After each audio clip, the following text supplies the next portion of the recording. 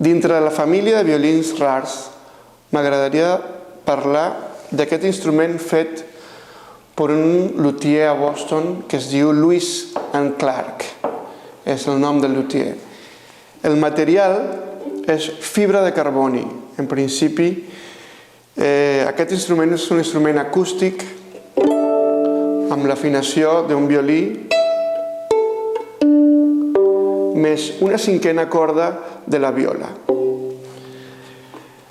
Tot l'instrument, la part inferior, la part superior, el cap, tot l'instrument està fet amb aquest material revolucionari. És un material que dona molta curiositat perquè hi ha una part ecologista que parla, doncs, si fem instruments amb aquest material, doncs salvem arbres.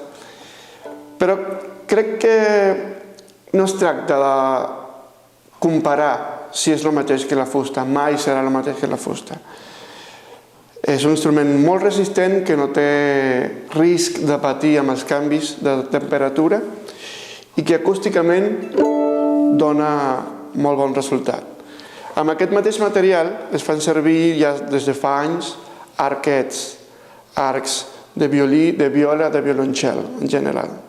En aquest cas és un arc fet de fusta, de pernambuco per dintre i fibra de carboni per fora. Aquest pot ser una mica la direcció dels nous materials per la fabricació i per la construcció d'instruments. Gràcies per escoltar.